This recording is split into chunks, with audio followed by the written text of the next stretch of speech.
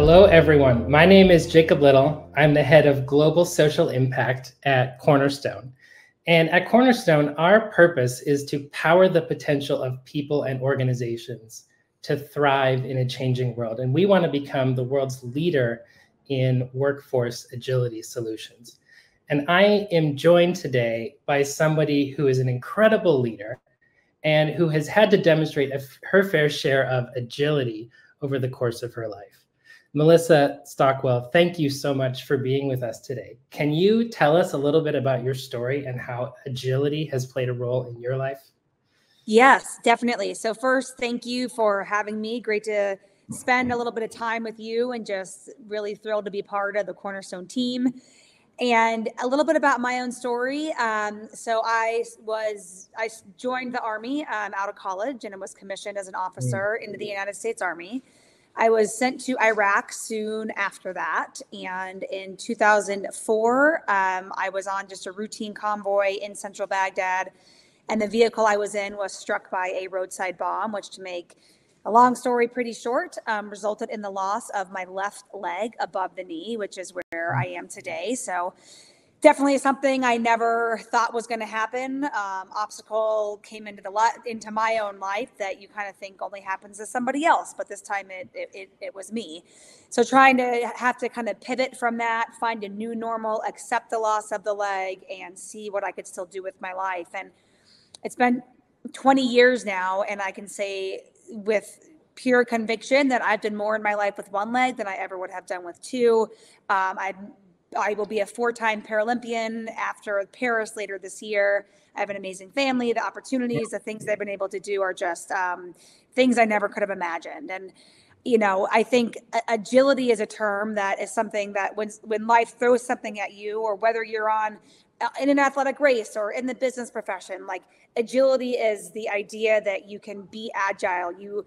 What you expect probably won't happen. So how are you going to pivot from that and take a new path and take that path and make that one a good one? So I feel like with the loss of a leg, I've had to be agile with what life brings. And I feel like I'm very proud of where it's gone.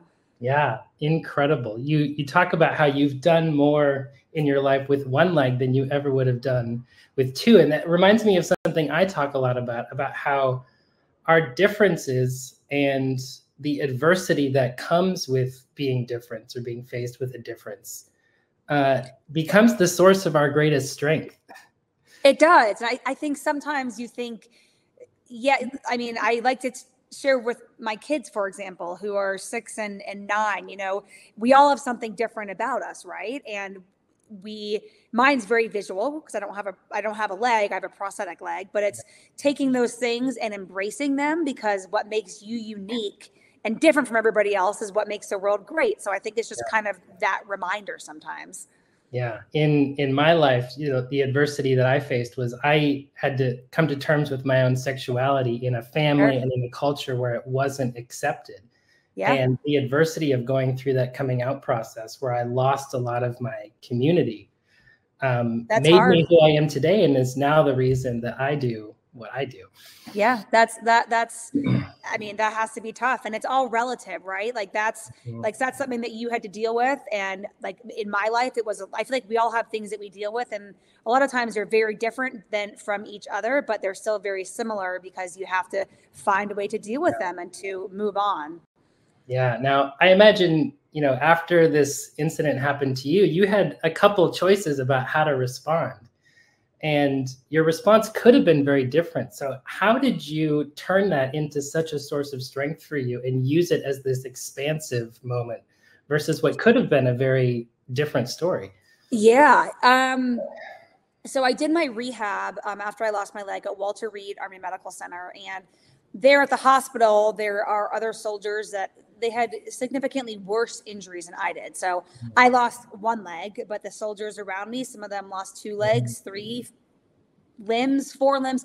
So a lot of devastation at the hospital, but all these soldiers, there was so much resilience there as well. So I think it was the perspective. I mean, anytime I felt bad about myself, well, the gentleman in the hospital room right next to me was missing both of his arms above the elbow. So he's missing both of his arms. I'm missing my leg, and I would much rather be missing a leg than both arms. So it just really put things in perspective on how like I was one of the lucky ones. Yeah, I think that point around perspective and feeling gratitude for what we do have is such a game changer when it comes to having that growth mindset. It does. And I think a lot of times people forget, you know, we're so in tune to focus on the negative parts of life, or you turn on the news and it's all this negativity, but there's so much good there as well. And I think it's like reminding ourselves that there is good in the world, and there is every day, there's something good that happens. We just have to sometimes dig a little deeper for it. Yeah. So what practices do you have in your life to continually reframe and keep that positive spin on things that keep you going? You know, I mean, I'm human. Listen, I don't always wake up and I'm a ball of positivity. That's for sure. But I think realizing that, number one, like, we're all human. So not being positive and all the time is what makes us human, and that's okay. But then I think if I find myself, you know, kind of having these, you know, hours and hours, or, you know, multiple days of, you know, these down moments, it's more just, it's really that perspective. Like, there are people around the world that would love to have days that we consider bad. So I think it's remembering that and realizing that, giving yourself time to be sad or upset or to grieve, but then like giving yourself a time frame and being like, okay, tomorrow morning the sun is going to shine, and I'm going to wake up and I'm going to put on that. I'm going to think about the good. So it's, I think it's all those things kind of combined to try to deal with life, because life can be hard, but it can be good.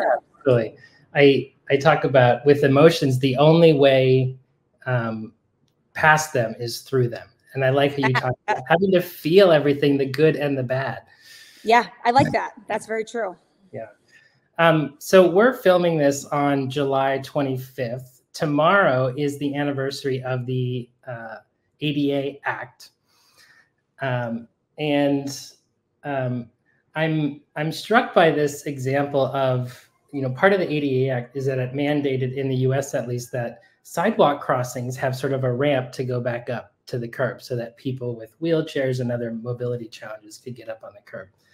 And when this was implemented, think about all the other people that benefit from those ramps. It's not just people in wheelchairs. It's moms pushing strollers. It's delivery people pushing carts. And it's this great example of how, you know, supporting one community with their specific need can benefit so many others. And so I'm curious, what are your thoughts on the current state of sort of accessibility and support for people with disabilities in society? And where would you like to see us head?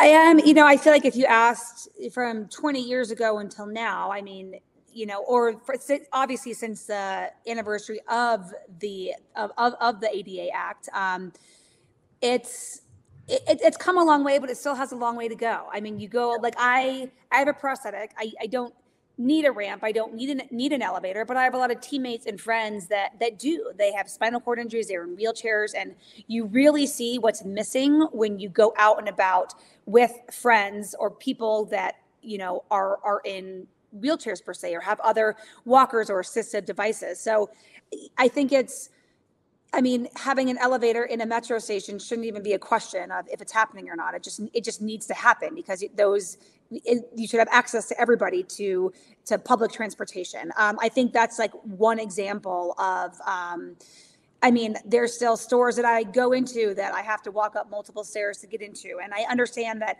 it's difficult for a business to make their business accessible, but I think it shouldn't be a question of if, it's more a question of when that's going to happen. So I think it's like the little things that make a big difference. That, I mean, if you go around in a city and look at what's accessible and what's not, I guarantee there's a lot that can still be done. So while it's moving in the right direction, there still needs to be a lot more movement there.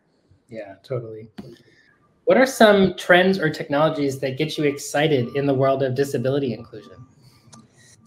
I think the first place my mind goes is really the concept of pay equity. You know, they are athletes athletes that are at the elite level that do not have disabilities, that have these financial incentives when they do really well at a race. And up until a few years ago, athletes with disabilities like myself did not have those incentives. It was just not there for us, or significantly lower. So over the past couple of years, they have equalized it, where athletes with disabilities and without disabilities earn the same amount if they do really well at a specific event. So for us in the whole disability movement, that was huge for us, because we worked just as hard, we sacrificed just as much to kind of be at the top elite level. So it was just respecting that just because we have a disability, like, it was just proof that we put in all the work as well. So that was a huge win kind of in that disability community.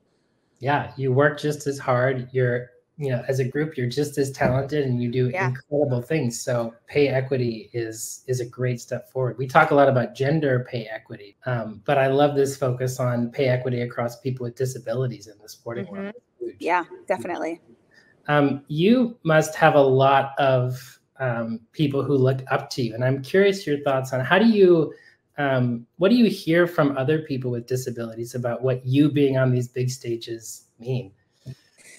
A lot of times and I was very much, on the other side of this 20 years ago, where I sat in my hospital room and I Googled above the knee amputees who are female. And I saw a woman skiing down a mountain on one leg. I saw a woman finishing a big triathlon. And I thought, oh, wow, like, if these women can do it, like, I can do it too. So they gave me hope.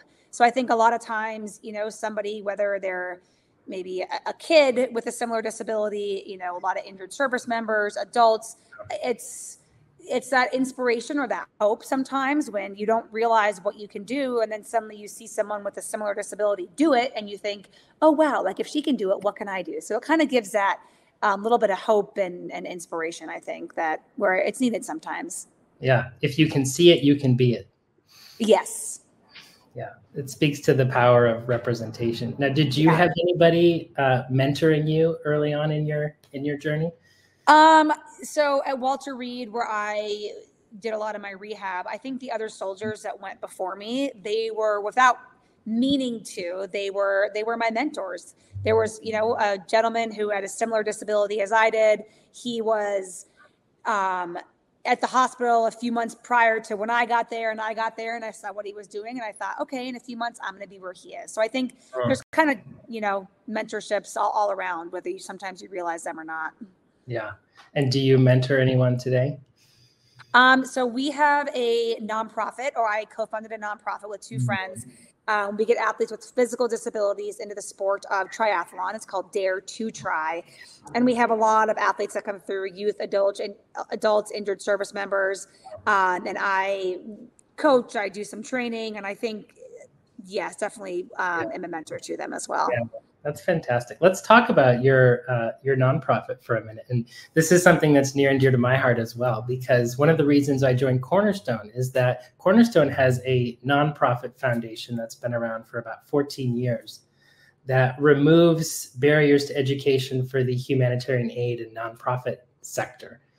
And I really love how Cornerstone's found a way to take its bread and butter, online learning, and make it available to serve a need in society. So I'm curious, where did your sort of impetus and drive to give back come from, and how did you come up with this idea?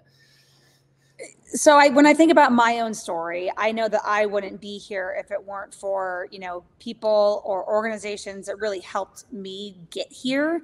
So I think that's the natural progression, is you want to give back and you want to help somebody else get to that point.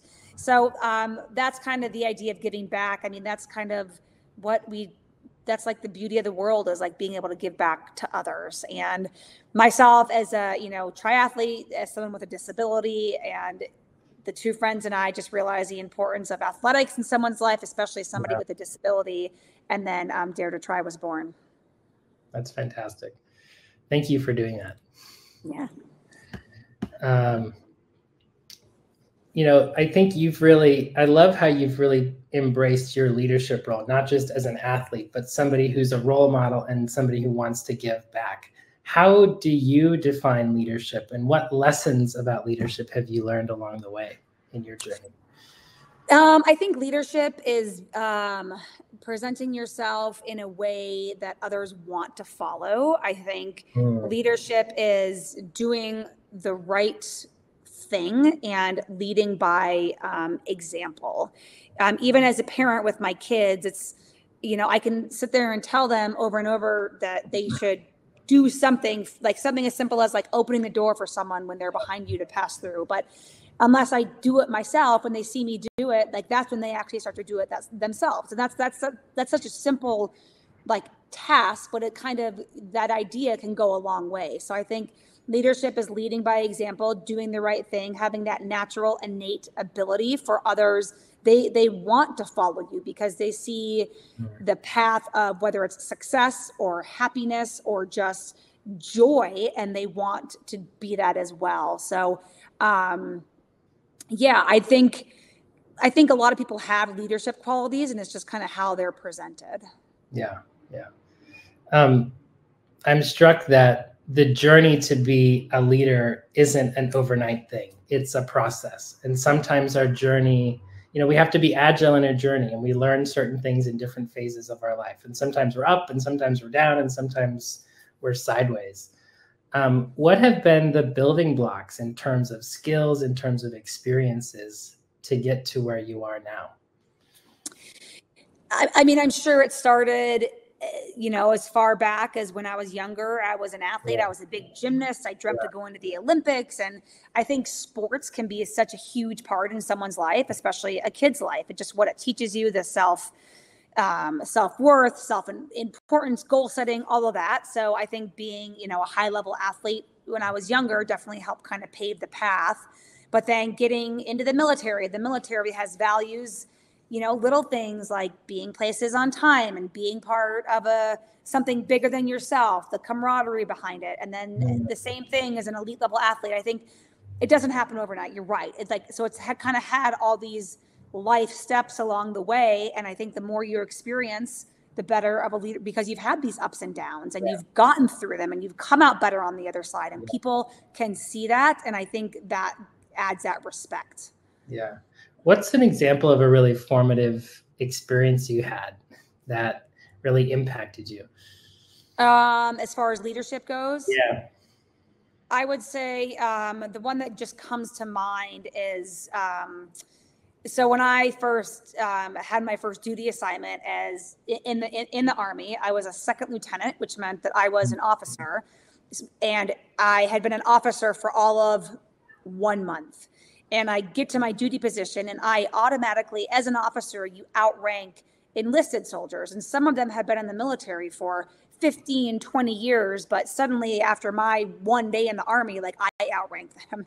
And I think it was a very formative experience, like going to my first duty assignment and showing these soldiers that had been in the military much longer than I had, that I remember sitting down in a room with them and saying, I am new at this. I don't know what I'm doing here. You guys do. Yes, I might outrank you, but you have so much more knowledge than I have. So it's almost like giving them that respect first helped them respect me, instead of coming in and saying, just because, you have to salute me now, then I'm gonna, I know best, which I didn't. So I think it was, showing respect to those that knew the process more than I was, even though technically on paper I outranked them. So I think it was just that moment of, yes, it's a system, it's a chain of command, it's a hierarchy, but a lot of times those that are so-called, under you know way more than you do. So it's more about showing them that respect. Yeah.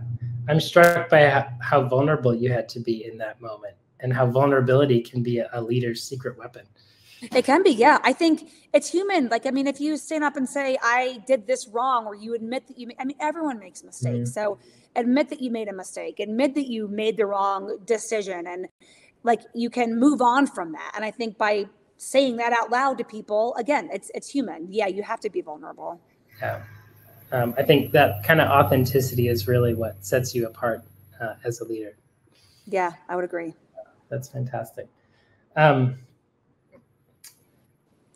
So you had this experience in the military, then you decided to go into athletics, and I know you've competed on a lot of big stages in your life.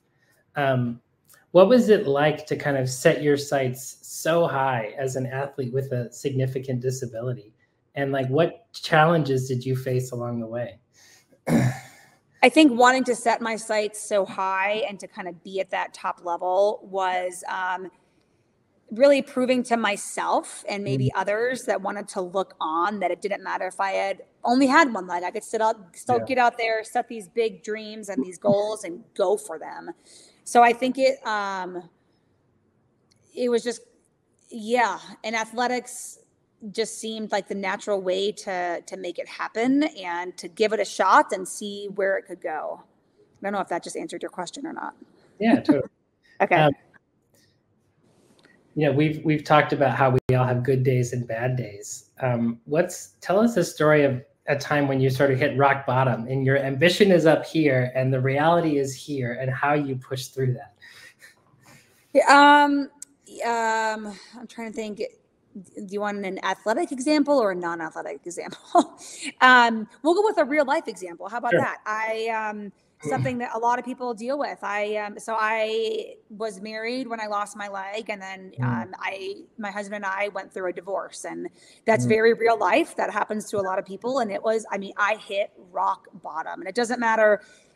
And after getting through that, I think it doesn't matter the reason behind it. It's just hard. It's just a very hard situation to find yourself in, and I thought that the life I knew I didn't know where it was going to go from there. So it really took time. I think time is a healer of a lot of things. And it took time. It took surrounding myself with true family and friends that like picked me up on those days I needed it most. And eventually the days, they get better and better. And, all these years later, I look back and I think like, not only did I make it through that, but I am so happy with my life now. Like I'm thankful for it.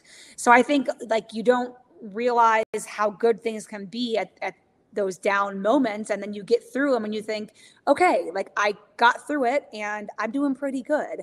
So I think the more things like that you go through, like the next time it happens, you think, okay, I made it through that and that and that. I know I can make it through this. And it's just kind of helps that process maybe expedite it a little bit. Yeah. The more trials and tribulations we go through, the more we realize that we can handle things and we can push through them, and we can tackle bigger and bigger things. I'm also struck by just the importance of community in your life, and that huge, around us. It really picks us up and helps us keep definitely going. Community. I can't say enough about it. Yeah. So you're about to head to Paris, be on a big sporting stage. What has helped you prepare for this moment, both physically, but then I'm also really curious about the mental game of getting ready for a big event. A big event. It's, the physical and the mental components tie into, any big event, right? Going and competing on a really big athletic stage, or maybe it's a big presentation that you're working towards in the office. These moments, they don't happen overnight. So, and you have to be on, especially in athletics, like physically and mentally. So, my days revolve around training. There is a definitive time period. I know that in 39 days, I'm going to be competing against some of the best in the world. So every day when I get up, I have that in my mind. And I know that on that day, what I do, it's not just that day, it's what I do in the days prior is what really matters. And I think on that starting line, it's, the mental preparation of just being confident on your preparation, knowing that you're going to enjoy it, because I do athletics because I truly enjoy it, and reminding myself of that, and hopefully having that pressure, any pressure that is felt or any nerves, turn into good pressure and good nerves, and just hoping that I can execute the best that I want to. Yeah. So you do triathlons. Yeah. How did you sort of pick that as your sport? So I started out swimming after I lost my leg, because swimming, I could get into the water and I just loved the feel of the water.